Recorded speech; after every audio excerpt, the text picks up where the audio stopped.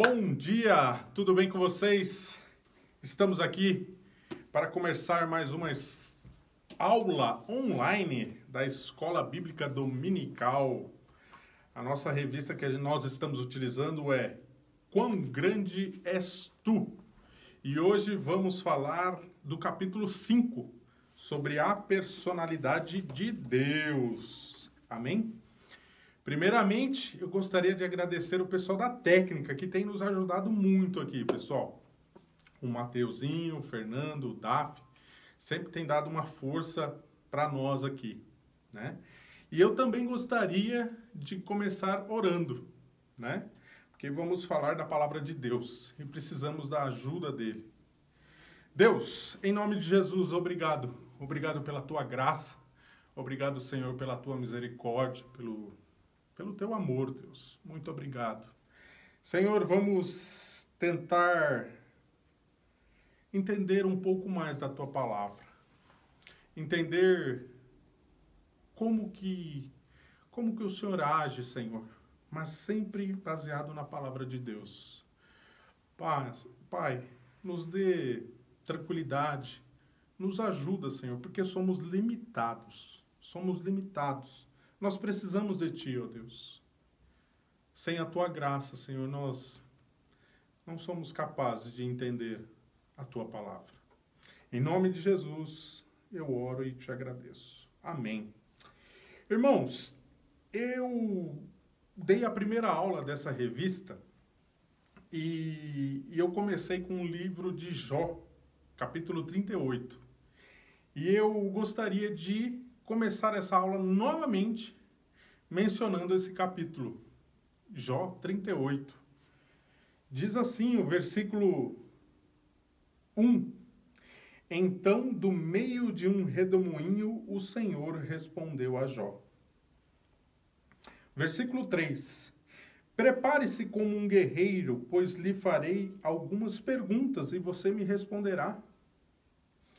Aonde você estava quando eu lancei os alicerces do mundo? Diga-me, já que sabe tanto.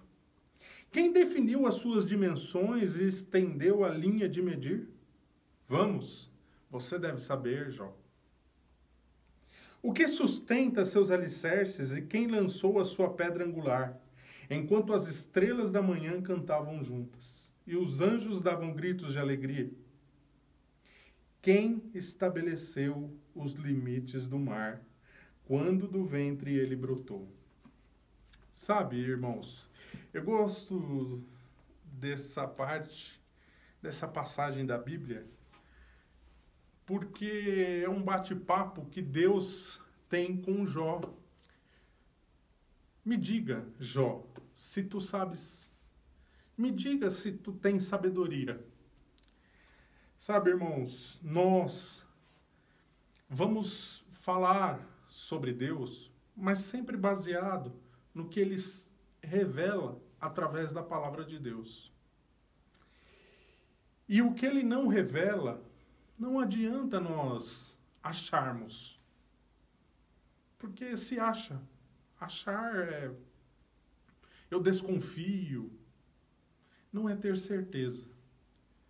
Então, sempre baseado na palavra de Deus e, principalmente, o que Ele se revela a nós.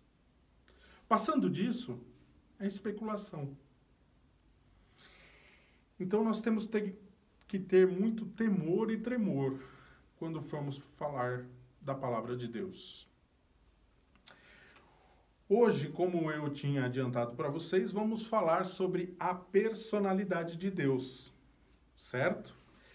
Nós vamos ler alguns textos, mas antes eu queria definir com vocês algumas correntes filosóficas da história da humanidade. Por exemplo, nós temos 6 aqui. Vamos falar de 6 muito brevemente. Nós temos o panteísmo. O que é o panteísmo? Olha, sabe quando Deus está em tudo, tudo está em Deus, Deus é a pedra e a pedra é Deus? Sabe quando você atribui alguma coisa à personalidade de Deus? A pedra, uma montanha. Isso é um panteísmo. Isso é uma corrente filosófica. Por exemplo, o deísmo. Deus criou e organizou o universo, mas abandonou. E não interfere nem mantém nenhum envolvimento com ele. Olha, irmãos, se tem uma coisa que Deus faz, é cuidar da sua criação. Desde o início, lá em Gênesis, quando nós vemos Deus se relacionando com Adão. Mas, principalmente, através de Cristo, que se deu por nós, que morreu pelo meu e pelo seu pecado. Como não falar que Deus não interfere e nem mantém envolvimento com a humanidade? Nós também temos o ateísmo. Deus não existe. Ponto. Para eles, Deus não existe.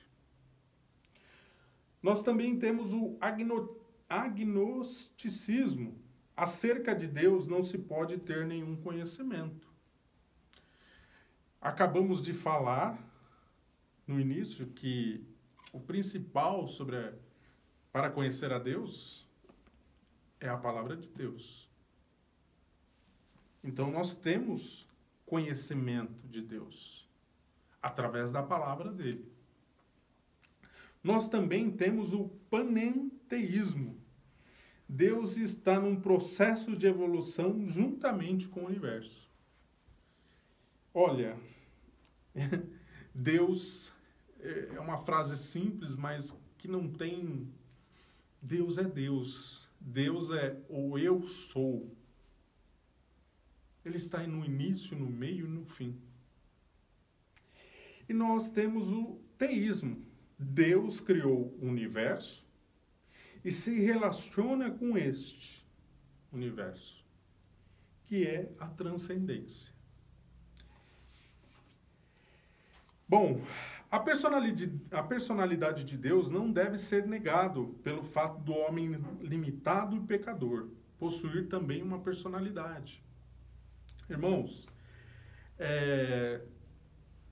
depois que houve a queda do homem, lá em Gênesis, no paraíso, através de Adão e Eva, nós perdemos essa conexão com Deus, que só foi encontrada novamente através de Cristo. Mas quando o homem pecou, esse reflexo da imagem de Deus foi afetado, de maneira que a semelhança moral foi destruída. Isso que nós vemos nos dias de hoje não pode ser chamado a semelhança de Deus. O pecado fez isso com o homem e com a mulher, com a humanidade. Foi quebrado. Sabe? Tanto que quando Adão pecou, Deus foi até o jardim conversar com ele e ele se escondeu de Deus. Ele se escondeu, entre aspas, pensando que ele poderia se esconder. Mas ali estava quebrado. E nesse capítulo 5, sobre a personalidade de Deus, nós temos 3 itens. O que Deus pensa, o que Deus sente e o Deus que age. Primeiro, vamos falar sobre o Deus que pensa. A Bíblia não revela Deus como uma ideia, um conceito, um mito ou uma força impessoal. Uma das características de um ser pessoal é a capacidade de pensar. Sabe, nós não podemos ver Deus como uma energia, uma força. Não. Deus pensa, Deus tem essa capacidade. Deus podemos falar que é uma pessoa. E através da palavra de Deus, nós podemos ver algumas coisas que reforçam isso. Por exemplo, o conhecimento de Deus, ele é perfeito. Lá em Salmos 147, versículo 4, o salmista diz: ele determina o número de estrelas e chama cada uma pelo nome. Este é o nosso Deus, o Deus a quem servimos. A sabedoria de Deus, ela é verdadeira. Olha o livro de Jó, capítulo 11, versículo 6. Ele revelasse os segredos da sabedoria, pois a verdadeira sabedoria é complexa. Fique sabendo que Deus esqueceu algum dos seus pecados. Sabe, irmãos, o texto que eu iniciei essa aula hoje, em Jó capítulo 38, diz isso assim, aquele bate-papo entre Deus e Jó. Onde tu estava, Jó? Quando eu delimitei o oceano. Sabe, é muito difícil para nós, limitados, que podemos somente ver o agora, falar sobre essa questão de sabedoria de Deus. A onisciência de Deus é inescapável. Diz o seguinte, em 1 Samuel, capítulo 16, versículo 7. O Senhor, contudo, disse a Samuel: não considere a sua aparência nem sua altura, pois eu o rejeitei. O Senhor não vê como o homem vê a aparência, mas o Senhor vê o coração. Irmãos, o coração aqui não fala do órgão que está dentro de nós, que bombeia o sangue, mas não. Fala sobre a intenção, a nossa intenção, que somente Deus pode detectar. Nós podemos passar por máquinas de radiografia, de tomografia, elas não vão conseguir visualizar isso. Somente o Deus verdadeiro. Esse capítulo diz o seguinte, quando Samuel é chamado por Deus para ungir Davi. Só que Samuel, ele não sabia que iria ungir Davi. Para ele, Deus tinha dado apenas uma informação que era o filho de Jessé. Quando Samuel viu o primeiro filho, o filho mais velho de Jessé, ele falou, é este. Mas não, Deus não vê a aparência, mas ele vê o coração. E olha que o profeta se deixou enganar. Ou seja, o profeta, ele não tinha a visão e a sabedoria de Deus. A visão do profeta, ela era limitada ali naquele momento. Apesar de escutar a voz de Deus, mas ele foi com os olhos humanos. Bom, Deus nunca é surpreendido por nossos erros e pecados, pois nada foge do seu conhecimento. Olha, tem muitas vezes que acontecem coisas nas nossas vidas que às vezes achamos que nós podemos surpreender Deus. E eu quero lhe dizer que nós não temos essa capacidade. Nós não temos essa capacidade de surpreender a Deus. Pelo contrário, Ele que nos surpreende.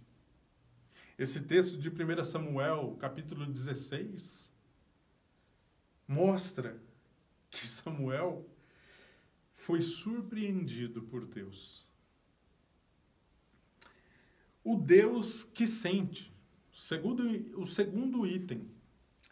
Uma das qualidades que distingue o ser humano em toda a criação é a capacidade de sentir, de experimentar e expressar emoções. O homem se alegra, chora, se indigna, Se sente satisfeito porque reflete o Deus pessoal, que possui características emocionais. O Deus que sente. Podemos citar aqui a alegria de Deus. No livro de Neemias, capítulo 8, versículo 10, diz o seguinte: E Neemias acrescentou: podem sair, comam e bebam do melhor que tiverem, e repartam com os que nada têm preparado. Este dia é consagrado ao nosso Senhor. Não se entristeçam, porque a alegria do Senhor os fortalecerá. O nosso Deus é um Deus que se alegra com as circunstâncias da vida. É um Deus que participa conosco, tanto do nosso sofrimento como da nossa alegria. Esse é um Deus que se relaciona com o homem desde o início e vai se relacionar até a eternidade. É um Deus que se entristece também. No livro de Efésios, capítulo 4, versículo 30, diz o seguinte: não entristeçam o Espírito Santo de Deus, com o qual vocês foram selados para o dia da redenção. O nosso Deus, ele é um Deus que se entristece quando ele vê que o homem não se volta para ele. Quando o homem ele está seguindo os seus próprios caminhos, não se interessando mais com os caminhos do Senhor.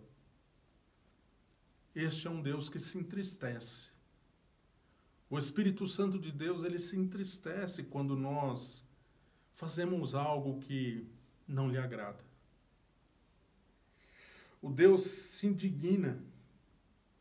1 Reis, capítulo 11, versículo 9. O Senhor irou-se contra Salomão por ter se desviado do Senhor, o Deus de Israel, que lhe havia aparecido 2 vezes. Salomão foi um homem o filho de Davi, que conhecia Deus. Mas sabe uma coisa?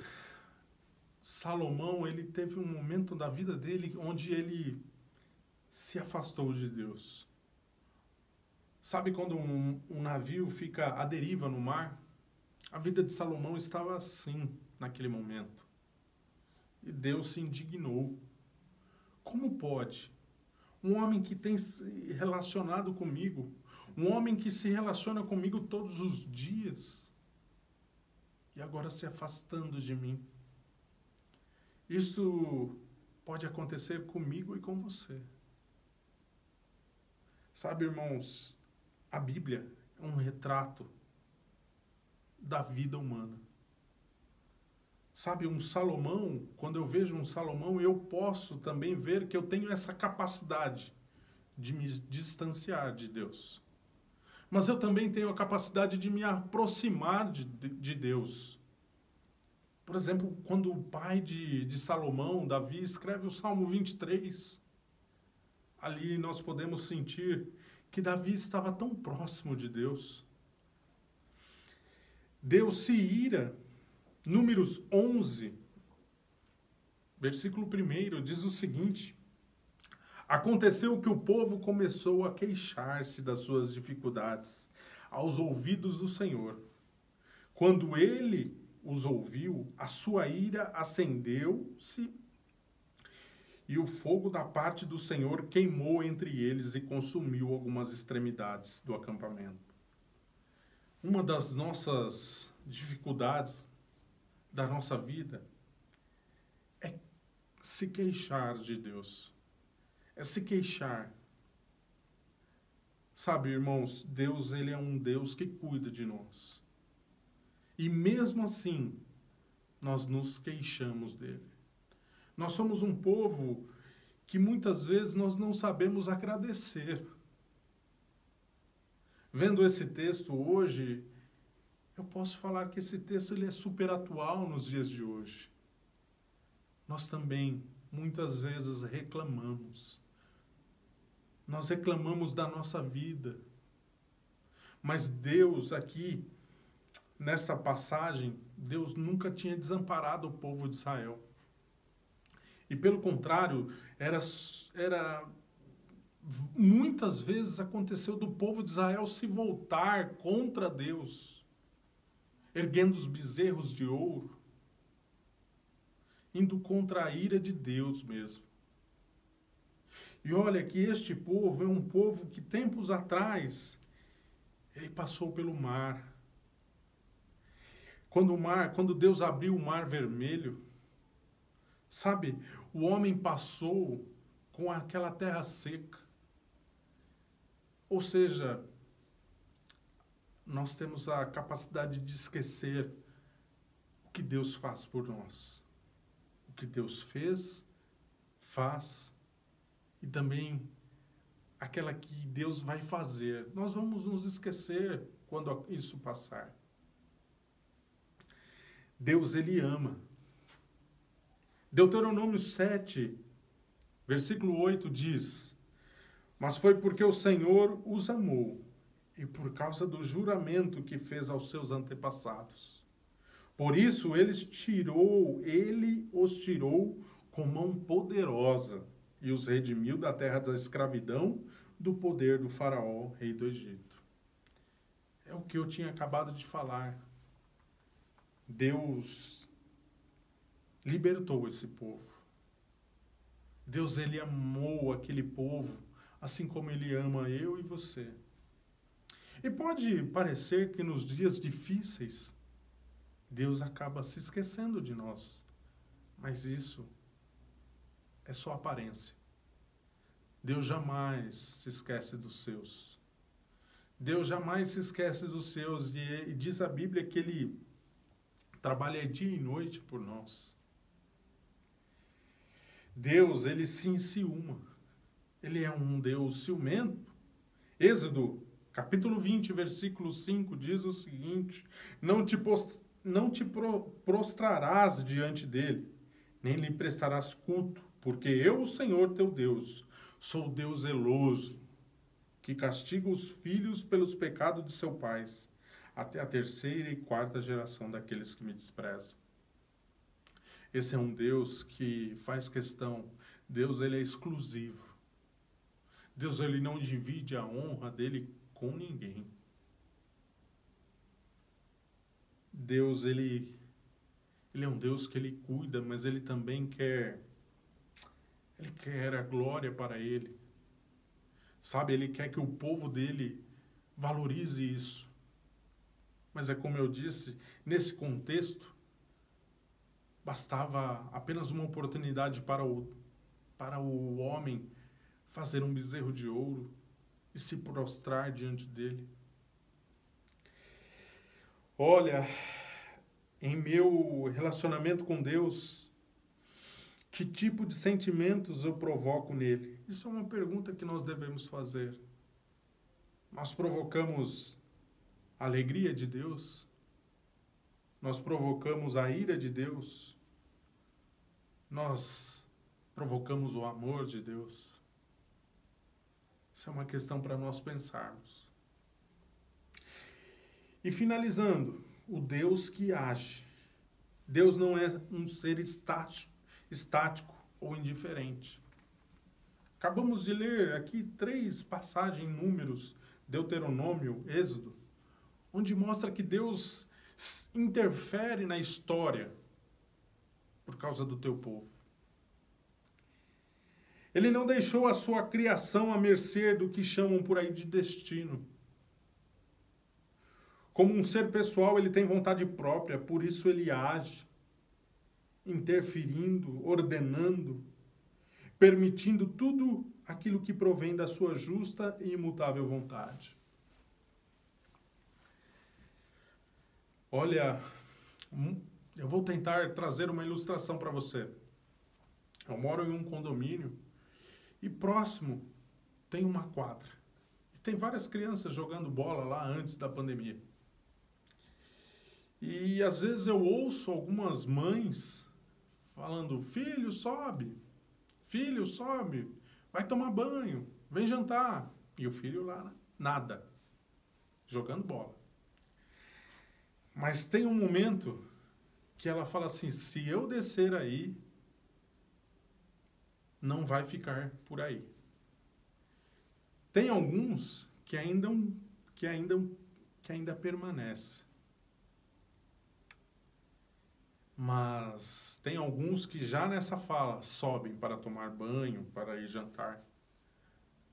Mas quando a mãe desce e fala assim, chega, o filho pega e sai rapidamente.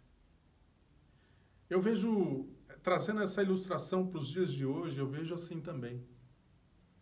Deus, ele fica lá de cima da varanda, filho, presta atenção. Não vai por aí. Mas tem um momento que Deus chega e bate a palma e fala, chega. Chega.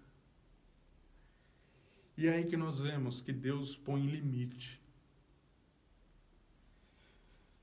Ele é um Deus que interfere. E graças a Deus por isso.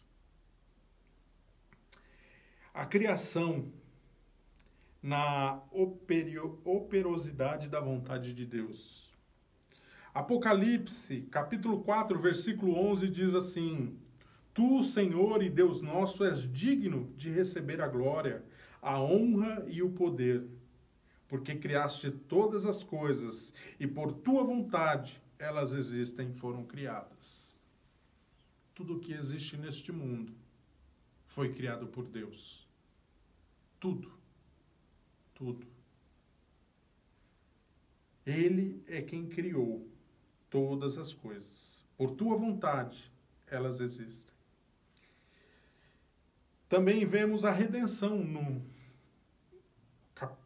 primeira carta aos Coríntios, capítulo 1, versículo 21, diz o seguinte, visto que na sabedoria de Deus o mundo não o conheceu por meio da sabedoria humana, agradou a Deus salvar aqueles que creem por meio da loucura da pregação.